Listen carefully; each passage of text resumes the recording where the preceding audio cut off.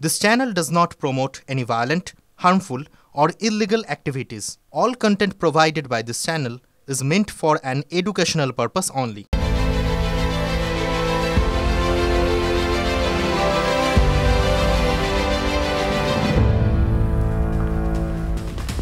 নমস্কার, রাত ৮টা বাজে আজ শনিবার, আর শনিবার সন্ধে ঠিক ১ ঘন্টা আপনার কথা বলবে ফোন কাটা। আজ অনেক কিছু বলার আছে। শুরুতেই একটা ভালো ছবি দেখুন, স্নানযাত্রার ছবি। জগন্নাথ দেবের স্নানযাত্রা ধুমধাম করে পালিত হলো আজ পুরী আর মাহেশ দু জায়গাতে। এখন পুরীর ছবি দেখছেন। জ্যৈষ্ঠ মাসের পূর্ণিমা তিথিতে পালন করা হয় স্নানযাত্রা। এই দিনটিকে জগন্নাথ দেবের জন্মতিথি হিসেবেই দেখা হয় হিন্দু পঞ্জিকা মতে।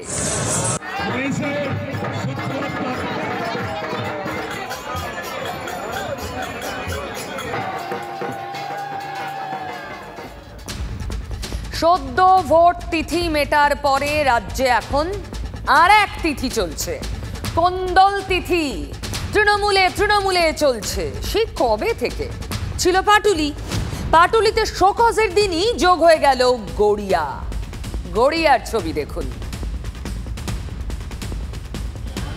জেলার কথা ছেড়ে দিন, রোজই কোথাও না কোথাও হেডলাইন।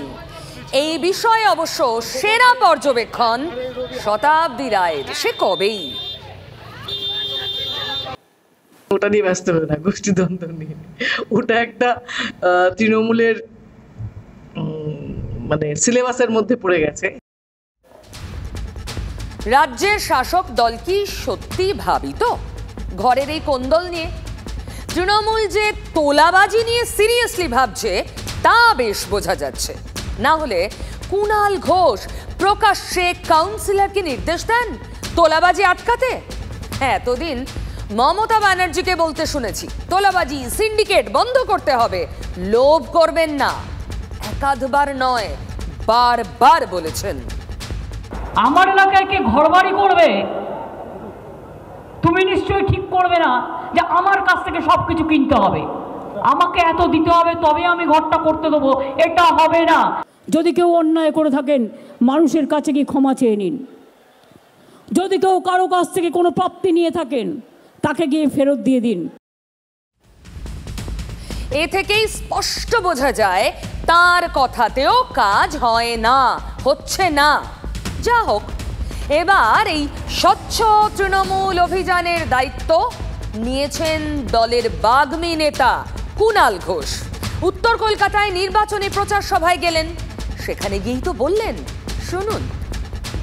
আমাদের সঙ্গে থাকা দু একজন তাদের কাছে কোনো অন্যায় আবদার করছে, কোনো অবস্থায় দরকার হলে তুমি গিয়ে তাদের সঙ্গে ভোলাটা কথা বলে নাও। আচ্ছা, একটা বিষয় খেয়াল করেছেন, ওপর তলার এই নেতারা নির্দেশ দিচ্ছেন, স্বচ্ছতার বার্তা দিচ্ছেন এবং এই পাক থেকে নিজেদের আলাদা করার চেষ্টা করে যাচ্ছেন, যেন আমরা ভালো, ওরা নিচের কর্মীরা খারাপ। বোঝানো যাবে তো ভোটারদের, যে ভোটের কথা মাথায় রেখেই স্বচ্ছতার অভিযান। সেই জন্যই তো ক্ষমা চেয়ে তোলাবাজি বন্ধ করতে বলে গা বাঁচানোর চেষ্টা, তাই না? তাই স্বচ্ছ অভিযানে কুণালের পাশে দলের বাকি নেতারাও আছেন তো। কলকাতা পুরসভা এলাকায় তোলাবাজি মুক্ত করার ডাক, অথচ কলকাতার মেয়র সাহেবের কথা শুনলে কেমন কানে বাজবে আপনারও। শুনলে আপনিও বলবেন, ববি আবার বেসুরো। দেখা যাক কেমন বেসুরো। রবীন্দ্রনাথ লিখেছিলেন, জয় করে তবু ভয়ে কেন তোর যায় না।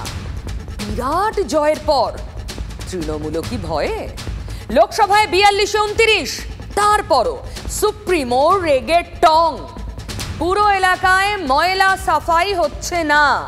নবান্নে বৈঠকে মুখ্যমন্ত্রী বলছেন, এবার কি আমাকে ঝাঁটা নিয়ে রাস্তায় নামতে হবে? মুখ্যমন্ত্রী সবচেয়ে বেশি খাপ্পা কলকাতা, হাওড়া, বিধাননগর আর রাজারহাটের বিস্তীর্ণ এলাকায় বেআইনি জবরদখল নিয়ে। বেহাত হয়ে যাওয়া সরকারি জমি ফেরাতে কলকাতার পুলিশ কমিশনার বিনীত গোয়েল, অর্থ সচিব মনোজ পান্থ, এডিজি আইন শৃঙ্খলা মনোজ ভার্মা এবং সিনিয়র আইএএস অফিসার প্রভাত মিশ্রাকে নিয়ে কমিটি গড়ে দিলেন মুখ্যমন্ত্রী। ভূতের মুখে রাম নাম, সেটাই বলবো। কাটমানি কখন হয়? যখন মন্ত্রী মুখ্যমন্ত্রী এরা কাটমানিকে এনকারেজ করে, তখন এই রাজ্যে তো ওটাই চলছে। মুখ্যমন্ত্রীকে বলতে হচ্ছে যে সরকারি সম্পত্তি সব দখল হয়ে যাচ্ছে। সব দখল তো মুখ্যমন্ত্রীর দলের লোকেরাই করছে। মানে মুখ্যমন্ত্রী নিজে দখল করিয়ে নিয়ে এখন প্রশাসকদের ওপর দায়িত্ব চাপাচ্ছেন। আইএস আইপিএসদেরকে দিয়ে পলিটিক্যাল কাজ করান মুখ্যমন্ত্রী, তার লাভ নাই হচ্ছে আইএস আইপিএসরা। তারা দুর্নীতি করে, তার সাথে মন্ত্রীরা দুর্নীতি করে। মন্ত্রীদের বান্ধবীর খাটের তলা থেকে কোটি কোটি টাকা পাওয়া যায়। প্রশাসকরা যদি তাদের শিরদাঁড়া সিধে করে এর বিরুদ্ধে স্পষ্ট অবস্থান না নেন, তাহলে তো প্রশাসন চলবে না, চলছেও না। তো মুখ্যমন্ত্রী নাটক করছেন। মুখ্যমন্ত্রীর অনুপ্রেরণা ছাড়া এই কাটমানিকেও খেতে পারবে না। দেখুন, নেত্রী জবরদখল নিয়ে বলেছেন, বাকি নেতারা শিরদাঁড়া সোজা করে বসেছেন। সক্রিয় হয়েছেন কুণাল ঘোষ। মানিকতলার উপনির্বাচন পরিচালনার ভার যে তাঁর ওপরেই। আজ ভোট প্রচারে গিয়েছিলেন 14 নম্বর ওয়ার্ডে। সঙ্গে ছিলেন প্রার্থী সুপ্তি পাণ্ডে। তবে সুপ্তির মেয়ে শ্রেয়াকে দেখা যায়নি। বাবার কেন্দ্রে প্রার্থী হওয়ার স্বাদ ছিল অভিষেক ঘনিষ্ঠ শ্রেয়ার, কিন্তু মুখ্যমন্ত্রী তার সহপাঠী শ্রেয়ার মা সুপ্তিকে প্রার্থী করেছেন। সেই মঞ্চে ঘরের আর এক কথা বাইরে এনে ফেললেন অভিষেক ঘনিষ্ঠ কুণাল ঘোষ। প্রচার মঞ্চেই 14 নম্বর ওয়ার্ডের কাউন্সিলর অমল চক্রবর্তীকে নির্দেশ দিলেন কুণাল। মঞ্চে বসে ডেপুটি মেয়র অতীন ঘোষও।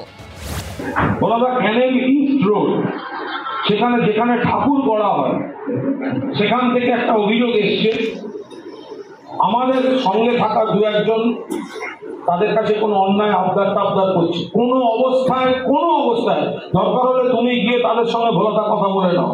কারোর মনে যেন এতটুকু ক্ষোভ না থাকে যেটা এসে এই বাই ইলেকশনে আমি রাগের চোটে ভোট দিতে গেলাম না, বা আমি অন্য কোনো জায়গায় রাগ দেখিয়ে ফেললাম, সেটা করা যাবে না। কোনো অবস্থায় সেটা করা যাবে না।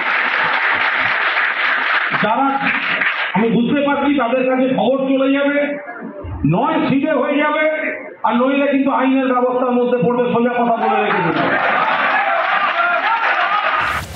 দেখলেন, এখানে বসে ডেপুটি মেয়র কিচ্ছুটি বললেন না, কিন্তু কুণালের কথা কানে যেতেই মেয়র কি বললেন। কোথায় তোলাবাজি হচ্ছে আমি জানি না। তোলাবাজি কাউন্সিলরের দেখার কথা না, প্রশাসনের দেখার কথা, এবং সেই প্রশাসন অত্যন্ত কঠোরভাবে দেখছে। কুণালও ছাড়ার পাত্র নন। কে কি বলছেন আমি বলতে পারবো না। কোনো একটা এলাকায় যেখানে আমাদের কাউন্সিলর রয়েছেন, সেখানে কোনো এলাকার কোনো ক্ষোভ বা কোনো কিছু বক্তব্য কানে গেলে যদি কাউন্সিলর এলাকার অভিভাবক সিনিয়র নেতা তিনি কথা বললে বিষয়টার সমাধান হয়, তাহলে নিশ্চিতভাবে তিনি কথা বলবেন, এবং সেটা খুবই স্বাভাবিক প্রসেস। কি ভাবছেন, ভোট যুদ্ধ জেতার পরও তৃণমূলের ঘরে ঠোকাঠুকি গুঁতোগুঁতি? কুণাল ঘোষ শোনাচ্ছেন শ্রীরামকৃষ্ণের বাণী, শুনুন। আমরা তো জানি যত মত তত পথ, এবং ঠাকুর বলে গেছেন যত মত তত পথ। কোথাও এত বড় দল, এত বড় পরিবার, কোথাও যদি কোনো ঠোকাঠুকি থেকে থাকে, ওপরে মমতাদি অভিষেক রয়েছেন, আর এপাশে সুব্রত বক্সী ব্যবস্থা নিচ্ছে। যত মত তত পথ। এই মত পথের ধাক্কায় ক্রমেই কি একা হয়ে যাচ্ছেন কলকাতার মেয়র? একের পর এক ঘটনা, কখনো বাড়ি ভাঙছে, কখনো রুফটপে আগুন লাগছে মানে ছাদে, কখনো জলা জমি ভরাটের অভিযোগ, কখনো দলের ভেতর খোঁচা, কখনো ভরসার মুখ্যমন্ত্রীর রোষ। কলকাতার হোর্ডিংয়ে দুর্নীতির অভিযোগ তুলেছেন বিজেপির এমপি শ্রমিক ভট্টাচার্য। টেন্ডার ছাড়াই বছরের পর বছর হোর্ডিং দেওয়ার অভিযোগ।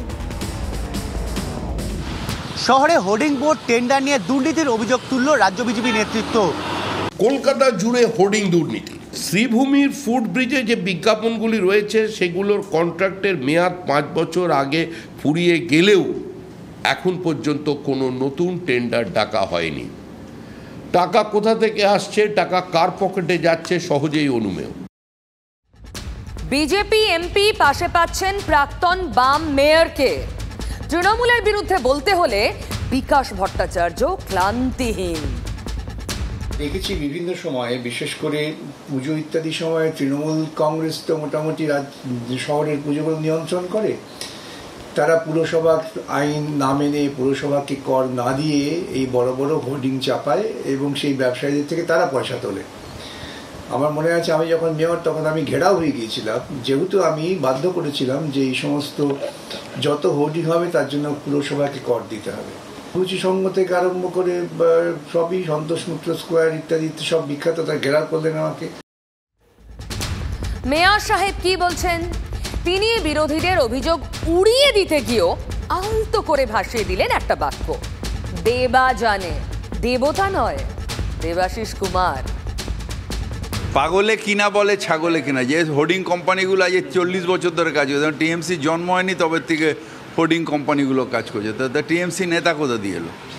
কোনো কোম্পানির সামনে বলতে পারবো না, কিন্তু আমি যতদূর জানি হোর্ডিং দেখছে যদিও দেবা।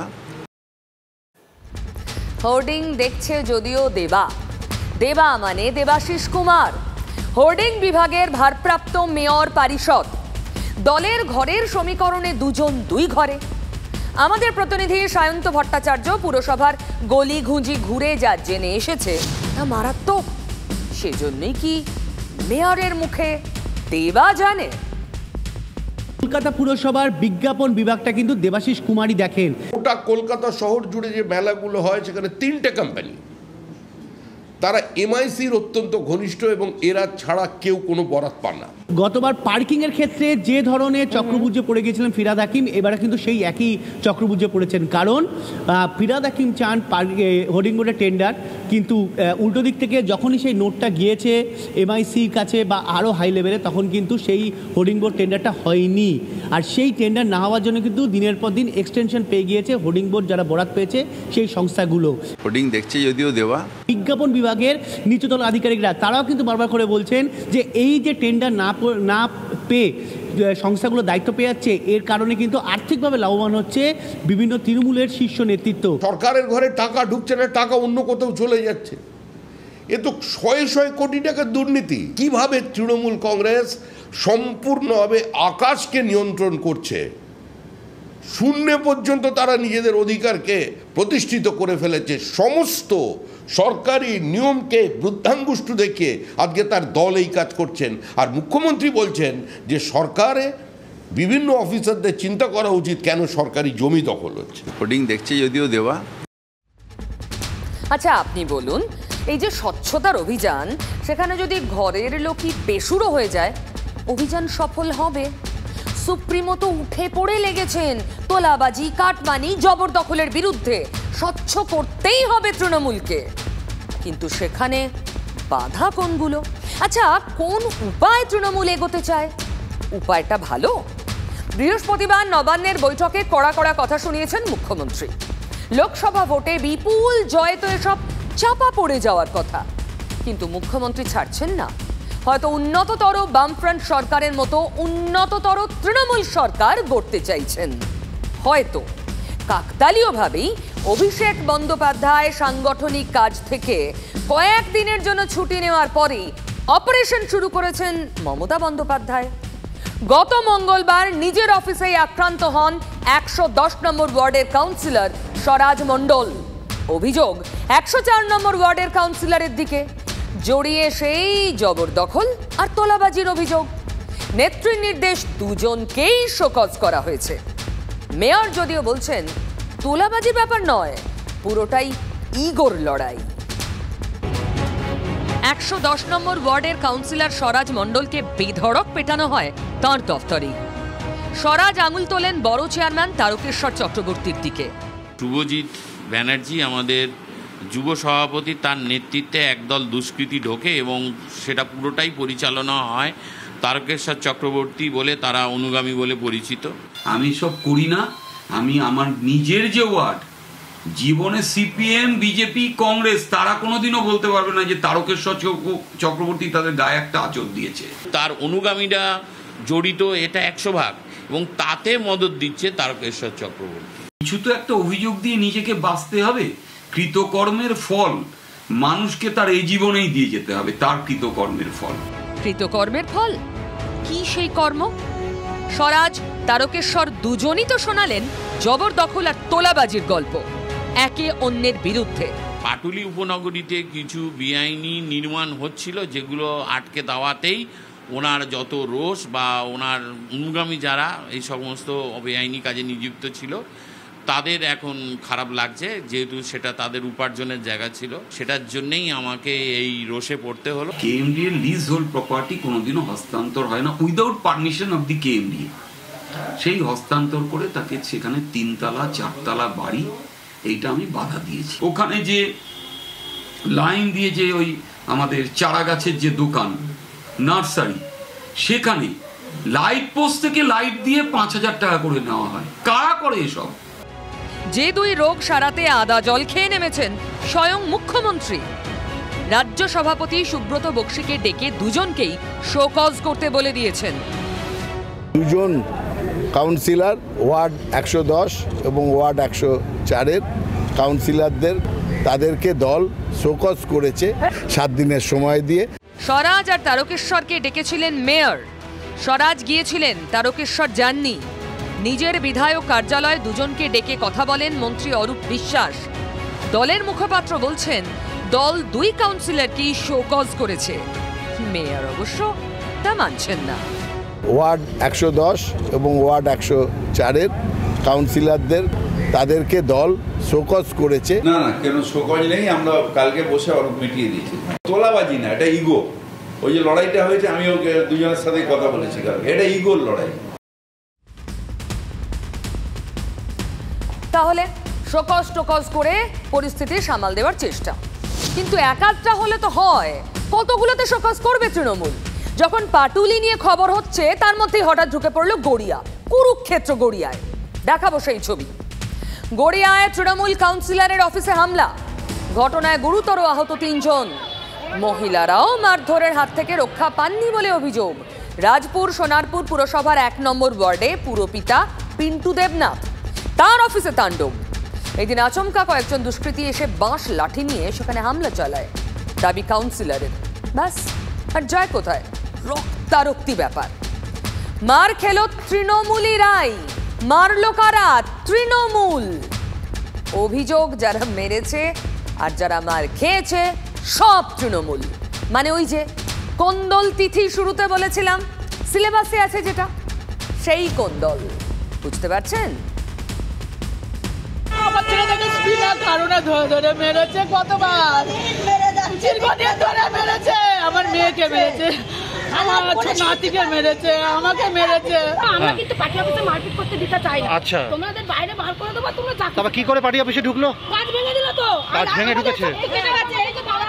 আচ্ছা, আমরা বলছি ভাই আমরা মেয়েরা আছি, তোমরা ঝামেলা করো না। সে শুনছে না, অনেক কষ্ট করে ধরে রেখেছি, কোনো মতে না। তারপরে লাস্টে ওরা ভেঙে চুড়ে আমাদের তো চেয়ারের বাড়ি, লাঠির বাড়ি। দল বড় হওয়ায় তৃণমূলের সুবিধাই হয়েছে, কি বলুন? বিরোধী লাগছে না, নিজেরাই মারামারি করে মুখ চোখ ফাটিয়ে দিচ্ছে একে অন্যের। তৃণমূল কাউন্সিলর পিন্টু দেবনাথেরই 3 অনুগামী জখম। এদিকে কাউন্সিলর এই হামলায় যার দিকে আঙুল তুলছেন তার নাম অমিত হালদার। এখানে আর এক গল্প, কারণ তিনি আবার বলছেন এসব আসলে কাউন্সিলর আর দলবলের দুর্নীতির প্রতিবাদ করার ফল। এমনকি এজন্য তাকে গত এপ্রিলে প্রাণে মারার চেষ্টা হয় বলে অভিযোগ। তৃণমূল কার্যালয়ে হামলা এবং তৃণমূল কার্যালয়ে হামলাকে ঘিরে তৃণমূল কাউন্সিলরের ভূমিকা আতশকাচের তলায়। জোর করে জমি দখলের অভিযোগ রয়েছে, তেমনটাই দাবি করছেন অমিত হালদার। অমিত হালদারকে, যার বিরুদ্ধে কাউন্সিলর অভিযোগ করেছেন পিন্টু দেবনাথ, রাজপুর সোনারপুর পুরসভার অন্তর্গত 1 নম্বর ওয়ার্ডের তৃণমূল কাউন্সিলর, যার বিরুদ্ধে অভিযোগ করেছেন যে এদিন তার নেতৃত্বেই হামলা হয়েছে গড়িয়া স্টেশন লাগোয়া কার্যালয়ে। আমাকে যারা মারলো, যারা প্রাণে মেরে দেওয়ার মতন সিচুয়েশান তৈরি করেছিল, তারা কি করে পার্টি অফিসে বসে থাকে এবং তাদেরকে এখনও প্রশাসন অ্যারেস্ট করেনি। বাইকের সকার আর হেঁসো, যাকে আমরা রামদা বলি আমরা, তাই দিয়ে যেরকম সেরকম করে আমাকে আহত করে। এদেরকে পুরোই সহযোগিতা করছে আমাদের 1 নম্বর ওয়ার্ডের কাউন্সিলর পিন্টু দেবনাথ। আপনারা কোন দল করেন? আমরাও টিএমসি করি। নিশানা করা হলো কেন? নিশানা আমি প্রতিবাদ করতাম বলে, অন্যায়ের প্রতিবাদ করতাম। এই যে তোলাবাজি, ঠিক আছে, এখানে জোর করে জমি দখল হচ্ছে। ওরা কেউ আমাদের সাথে পার্টি করে না, আমাদের পার্টি অফিসের সাথেও যুক্ত নয়, কোনো রকমভাবে এরা পার্টির সাথে যুক্ত নয়। ওরা বিজেপি করতো, তারপর তৃণমূলে এসছিল কাজ করবে বলে, কিন্তু ইলিগাল অ্যাক্টিভিটিস করে বলে আমরা পার্টিতে ওদের রাখিনি। আচ্ছা, এক ঘর মানে এক দল, কিন্তু সেখানে এত মারামারি খেয়ে কেন? তেল আর জল মিশছে না কেন? কাউন্সিলর বলছেন আপনারা বিজেপি আশ্রিত দুষ্কৃতী। না, আমরা ওইসব না, আমরা তৃণমূলই গেছি, তৃণমূলেরই সাপোর্ট করেছি এতদিন, আর এখনও তাই সাপোর্ট করেও আসছি। বাপ্পা ঘুচাই আগে আমাদের বিজেপি করতো, এখন ও এখন তৃণমূলে ঢুকে আর এইসবই ঝামেলা ওই পাকাচ্ছে বাপ্পা ঘুচাই। এই জমিটা যারা আপনাদেরকে মারধর করা হলো, তারা কি চাইছে? তারা চায় যে আমরা এখান থেকে এই বস্তিটা পুরো উঠে যাই, তারা এই বস্তিটা রণসদের হাতে টাকা খেয়ে তার রণসদের হাতে তুলে দেয়, তাই জন্য ওদের লক্ষ্য এই জমিটার উপরে।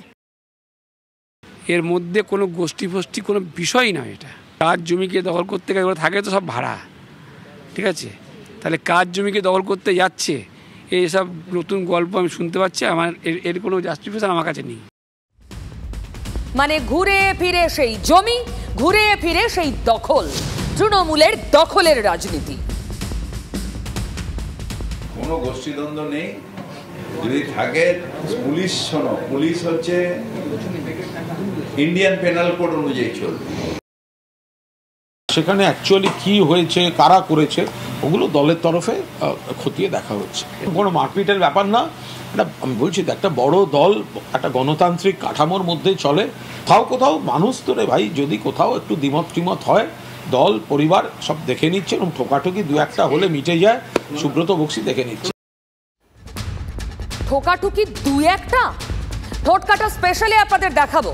এই যে দখল, যার জেরে এত ঠোকাঠুকি, সেটা খাল, বিল, পুকুর, বাগান, চা বাগান কিচ্ছু ছাড়ছে না, দেখাবো স্পেশালে। তবে এর আগে কসবা, পাটুলি এগুলোর ছবিও তো দেখালাম। ক্ষমতা বাড়ছে দলের, আসন বাড়ছে, ভোট বাড়ছে দখল করার মানসিকতাও। গাঁগঞ্জ থেকে খোদ শহর, চতুর্দিকে শুধু দখল দখল দখল, একটার পর একটা তালিকায় সংযোজন। গড়িয়া যেমন নবতম। এরপর কি করবে তাহলে তৃণমূল নেতারা? পরিস্থিতি হাতের বাইরে চলে যাচ্ছে না তো? তবে দস্যু রত্নাকর বাল্মীকি হয়েছিলেন।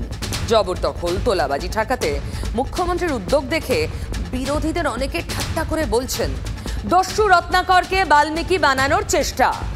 কেউ কেউ আবার কি পিটিয়ে কি বানানোর কথাও বলছেন। উত্তরবঙ্গ উন্নয়ন মন্ত্রী দিনহাটার উদয়ন গুহ যা ভাবেন তাই বলেন। তার সাফ কথা, কাউন্সিলররা বাল্মীকি মানে সাধু হয়েছিলেন, মানে জোর দেখাননি, হুমকি দেননি বলেই ভোটের রেজাল্ট খারাপ হয়েছে। উদয়নের চ্যালেঞ্জ, আগামী দিনে এই কাউন্সিলররা কিভাবে গায়ের জোর না খাটিয়ে ভোটে জেতেন সেটা তিনি দেখবেন। সব কৌশল ফাঁস করে দিলেন উদয়ন। সব মানে সব।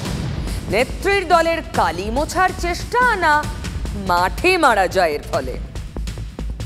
কিন্তু সবচাইতে বেশি দায়ী হচ্ছে কয়েকজন কাউন্সিলর। নিজের ওয়ার্ডে তারা যেন ভালো থাকতে পারে মানুষের কাছে, সেটা করবার জন্য কারো ওপর কোনো রকম জোর দেখাচ্ছি না, কারো ওপর কোনো রকম হুমকি দিচ্ছি না, একেবারে সাধুর মতন তারা ভোট করবার চেষ্টা করেছেন। তার ফলস্বরূপ আমরা 2000 ভোটে হেরেছি, না হলে হারতাম না। স্পষ্ট লুট করলে ভোট। যে বক্তব্য উনি বলছেন বা ওনার মতো মানুষরা যারা এই সন্ত্রাস ছড়াচ্ছেন, তাদের কথাগুলো কোনো কোনো সময় আমাদের মুখ্যমন্ত্রী নিজে বলেন, আর কোনো কোনো সময় এই উদয়ন গুহর মতো মানুষদের দিয়ে বলান। এবার যারা একেবারে সাধুর বেশ ধারণ করেছিলেন, যারা আগে রাবণের চেহারা ছিলেন, এখন গোপ চেঁচে মন্দদড়ি হয়েছেন, তারা আগামী নির্বাচনে কি করে ওই গায়ের জোর না দেখিয়ে ভোটে যেতেন, সেই ব্যাপারটাও আমাকে দেখতে হবে। গণতন্ত্র এমন একটা জিনিস যেখানে জোর জবরদস্তি হয় না। আমাদের গিয়ে মানুষকেই কনভিন্স করতে হবে। মমতা বন্দ্যোপাধ্যায় মন মানুষের জয় করেছেন বলে আজ বাংলার মানুষ মমতা ব্যানার্জিকে তৃতীয়বার নিয়ে এসছেন। রাজ্যে ফের জঙ্গি যোগ, মানে আরো একবার দুষ্কৃতকারী জঙ্গিরা বাংলাকে সেফ মনে করছে তার প্রমাণ। জঙ্গি সন্দেহে আজ বর্ধমান থেকে দুজনকে ধরেছে এসটিএফ স্পেশাল টাস্ক ফোর্স। বাংলাদেশের জঙ্গি সংগঠনের সঙ্গে যুক্ত থাকার অভিযোগে আটক বলেই খবর। একজনকে কাঁকসা আর একজনকে বর্ধমান থেকে আটক করেছে স্পেশাল টাস্ক ফোর্স। জানা গেছে সম্পর্কে তারা দু ভাই, আর তারা কাঁকসার মিরপাড়ার বাসিন্দা বলে খবর। একজনকে কাঁকসা থানায় জিজ্ঞাসাবাদ করছে তদন্তকারী অফিসাররা। আমি জয়ন্ত আমার সহকর্মী থেকে আরেকটু আপডেট নেব। জয়ন্ত, দেখো, কাঁকসার মিরাপাড়ার বাসিন্দা দুই ভাইয়ের মধ্যে বড় ভাইকে কাঁকসা থানায় জিজ্ঞাসাবাদ করছে, যে কাঁকসার মানকরের ইঞ্জিনিয়ারিং কলেজের কম্পিউটার সায়েন্সের ছাত্র। তার সঙ্গে বাংলাদেশের জঙ্গি সংগঠনের যোগাযোগ আছে বলে জানা গেছে। এসটিএফ এর 20 সদস্যের দল তাকে এই মুহূর্তে কাঁকসা থানায় জিজ্ঞাসাবাদ করছে, যেটা জানা যাচ্ছে তাকে গ্রেপ্তার করে কলকাতার উদ্দেশ্যে নিয়ে যাওয়া হবে। জয়ন্ত, ধন্যবাদ। মানে আরো একবার প্রমাণ হলো যে কলকাতায় আবার বা বাংলা আবার দুষ্কৃতকারী অপরাধী তাদের সেফ জোন। কলকাতা এবং বাংলা থেকে একে একে অপরাধীদের ধরা হচ্ছে। অপরাধীরা বাংলায় এসে নিশ্চিন্তি ডেরার কথা বা সন্ধান পাচ্ছেন।